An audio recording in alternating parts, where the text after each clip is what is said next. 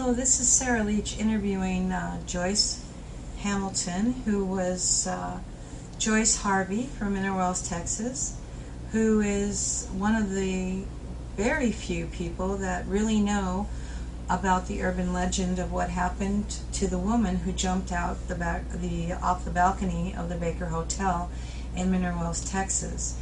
There's so much interest in this because there's been a lot of ghost hunting in the Baker Hotel before they renovated. They're now renovating, I understand it. They were going to do a $25 million renovation on the Baker Hotel. I'm not quite sure exactly where they're at on the Baker Hotel at this point, but when I found out that Joyce Hamilton was actually a young girl of 12 years old, she had the experience of the whole situation. Joyce, when you were how old when this happened? About 12. And your family were members of the Methodist Church, yes? That's right. That was right behind the balcony. Well, it was in eye view of the balcony of the kind of catty-corner to the Baker Hotel. That's right. Now, the Baker Hotel had a lot of big people come there because of the mineral water, and they came for the spa, and there was a spa inside the Baker Hotel that was quite large, and it was a very, very fancy place. A lot of movie stars came there. Did you see any movie stars come to the Baker Hotel? Well, what was exciting for me, I got to see Dorothy from The Wizard of Oz. And she came and visited our town, and they let all the schools out, and the teachers chaperone the children come in from all the different schools to see Dorothy. And so she went to the post office to mail a letter, and she did that with all the hoorays and all the cheers of the children in the town, and she went in and mailed her letter, and then she came out and she gave another show. She waved at everyone? Yeah. Did she have Toto with her? Yeah, and everybody was happy, and everybody went home then, and she went back to the Baker Hotel, and she had her little dog with her, Toto. Yeah. Toto. And Toto too? Anyway, it was a happy day. Did you have? You were saying. I remember you saying earlier to me that there were cowboys. Dale Evans. Oh yeah, Roy Rogers and Dale Evans came there. Is that right? Yeah, Dale Evans. Yeah. Yeah. Came there and Froggy and all the big band. And that was from the Little Rascals, right? Froggy from the Little Rascals, TV show. Mm-hmm. And there was the big bands going on at that time. Oh yeah, right? The big band era was going on right about so that. They did a lot of dances, and yes. It was very, very fancy. Had a lot of swanky. The Post was out there, and my father happened to be a major out there at that time, and so we got all the news in our family about what was going on, you know. Oh, so you're... Yeah, and so it was Jimmy Dorsey and different bands like that. They were very big, and the town enjoyed it, and the guests enjoyed it, but they did come from all over to be there. So, do you remember the day that the young woman actually jumped from the balcony? Vividly. I didn't see it happen, but I got there almost immediately afterwards. How did that happen actually? Was it on a Sunday you were telling me? It was a Sunday morning, and we had just been released from Sunday school, and we were all going out the door, and then we were notified to get back in the building, and they didn't tell us too much, but it was something we weren't supposed to see. But I could see ambulances coming, and a lot of commotion on the outside fence of the Baker Hotel on the city sidewalk. Okay. And so you knew that the ambulance was coming to pick somebody up, and that Right. something really big had Well, I happened. assumed it, yeah, being a kid.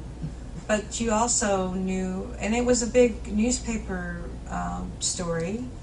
But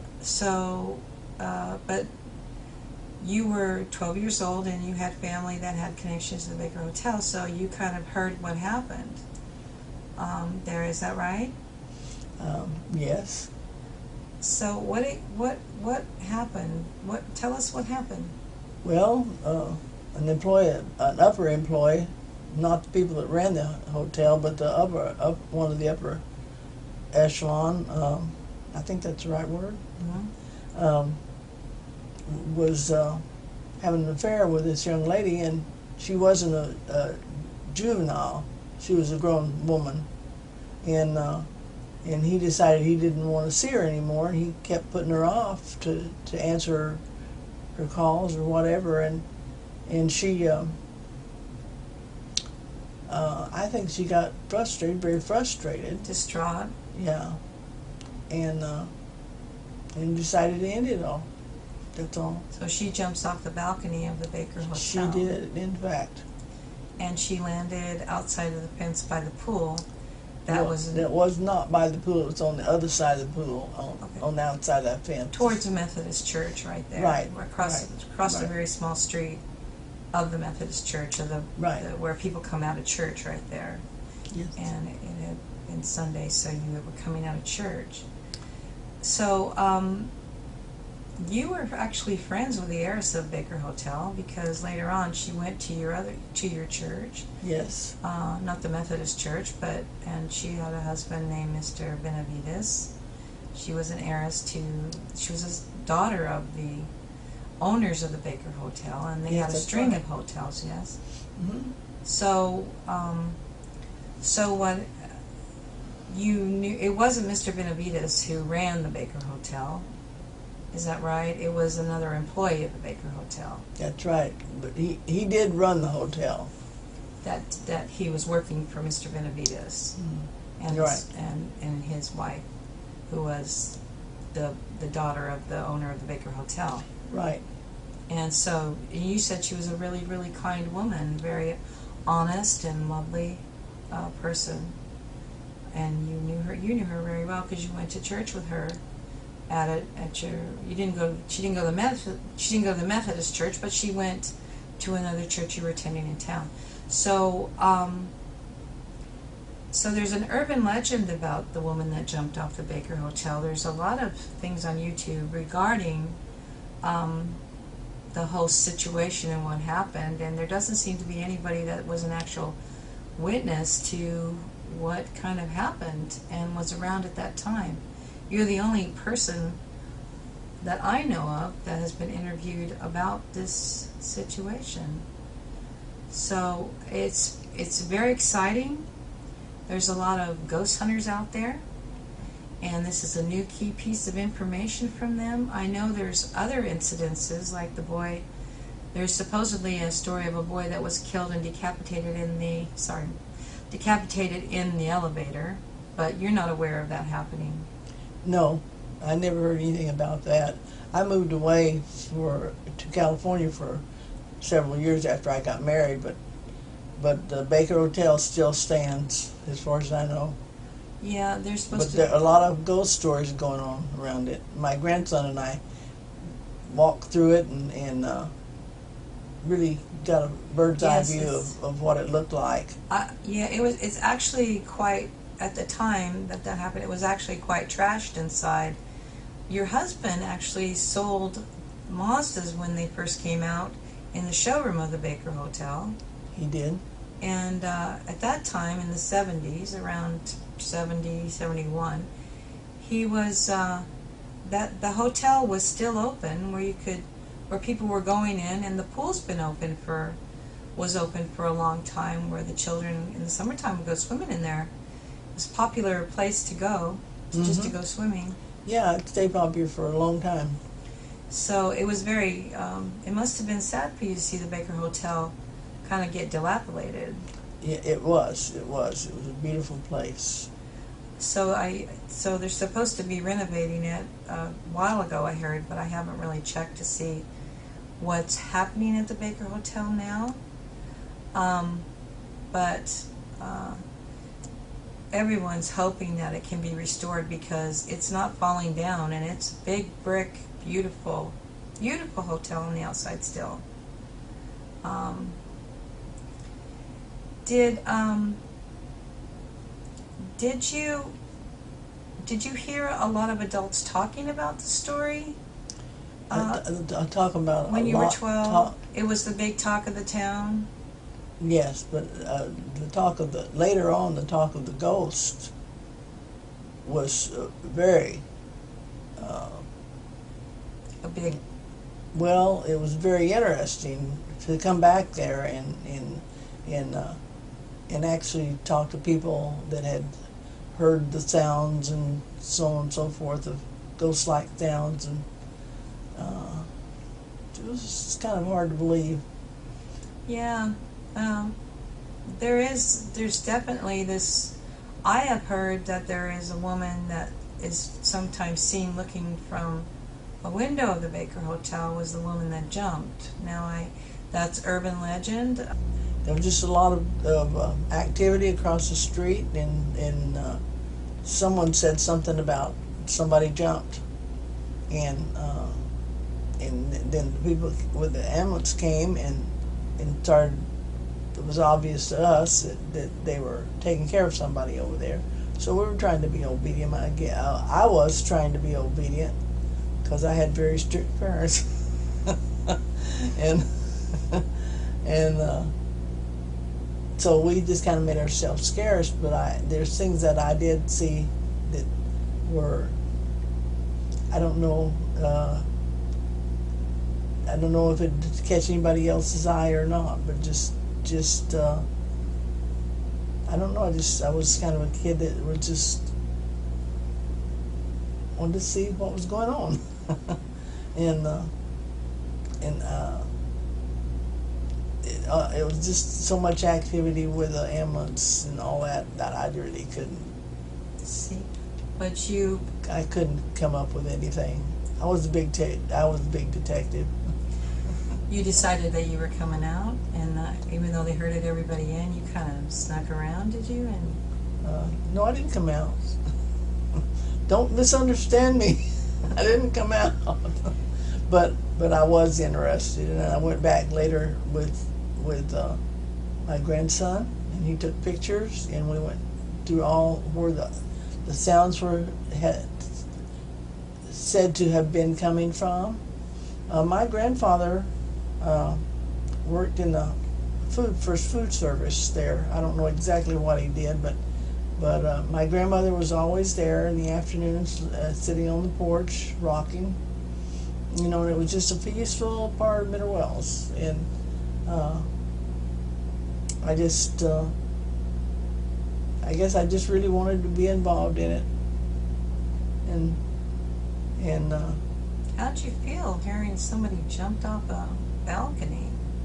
Well, How did it affect you on an emotional level? Well, it's pretty bad because my greatest dreams were to be a dancer, and they gave the dance lessons in that right up in the ballroom where she came from, and I am. Somebody may call me a liar along the way, but I would say 99% out of 100 that I'm right. She jumped from the top. The top of the balcony? Yeah, well, I think so, because she couldn't have had thrown her body out that far over the fence unless she was coming. Unless she was intent on doing so. So do you think I don't know what that has to do with anything. Sounds like she ran and jumped from the balcony and threw herself over farther? It was a balcony, yes. They could go out in the air and talk, and when Like they an go old off film where they when go they went out on off the the balcony? dance floor. What? Like an old film where they go out on the balcony from the dance floor. Where there's a balcony out near the dance floor that they can dance and then walk out on the balcony like you see in the movies. There was a little balcony you could walk. You could go with a couple. You could go out there. I'm sure they didn't let children do that, There was a railing around it. Did they discourage? Did they? You know how when a tragedy happens nowadays, they come in with psychologists and they try to ease everyone's pain. How did they handle that situation with so many children in the church? Did they go back and address it? Did they talk about it? Oh yeah, I'm sure they did. I imagine I don't remember that part of it, but I imagine my family swept me up off my feet and took me home. Was that your first experience with any tragedy like that? Kind of being so close to you, you know, I would say so. Personally. I would say it surely was. Is that the first time you ever heard about suicide? That sometimes that people so. do things like that? So it was kind of scary, I suppose. Yes. So how did you feel emotionally about that? Like, you didn't really understand about those things? No, I didn't understand. And I don't remember asking questions, but I'm sure I had one. If anybody hears this, they'll know who I'm talking about. My Aunt Florence would have been sure to tell me if there was anything that I needed to know. Everyone has an Aunt Florence. So, well, that's interesting from the perspective of a 12-year-old, and now I'm not going to say your age. I don't know your age, so I'm not going to say, but a senior citizen. So it's very rare for anybody to come out and talk about the Baker Hotel of your age, really, that I know of. So you're sort of an amazing person to find, because nobody really knows what happened. They just have the urban legends, and the Baker Hotel is really full of Ghostbusters. They're out trying to get sounds and they think they're hearing sounds, and whatever they're catching, crews, you know, they seem to have had a lot of visitors into the building, and so this is one of the hot spots for ghosts now, they say. Well, did you ever hear rumors about anybody looking out the window? I don't doubt any rumors I hear, because there were things that went on that when you're a kid and and your dad's a major, in the military, you have the full run of the house if you want it. And I went up down the stairs and went and watched them do dance lessons up in the balcony and everything that there was to do. So it was a very happy place. That it was, and it was a very sad thing that happened for the whole town. Oh, so the whole town pretty much grieved over that tragedy. They did. Yeah, that's really sad. That people hear these people just jump out the buildings, but they never really think about how it affected the town and the people that this woman knew. But you never did know the name of the woman that jumped? No. No one ever said talked about her name. Mm-mm. Well, you grew up there as Joyce Harvey, and you are Joyce Hamilton right now. And I know you don't want to be bothered by people, so I'm keeping your identity other than that quiet, because I don't think you want to be inundated by Ghostbusters. And but you know, being a resident of Mineral Wells, Texas, all your life, you know, is you can't get more authentic with a story than that. You're probably one of the few people that are still able to know exactly what happened. So Ghostbusters out there, this is an exciting fact for you, so tune in. But I thank you so much for this exclusive from Tulsa, Oklahoma. This is Sarah Leach on the job with my interview with Joyce Hamilton. Thank you so much, Joyce. And if something else comes up and we hear about it, I can sure question you if you know anything about it. So thank you so much. You're surely welcome.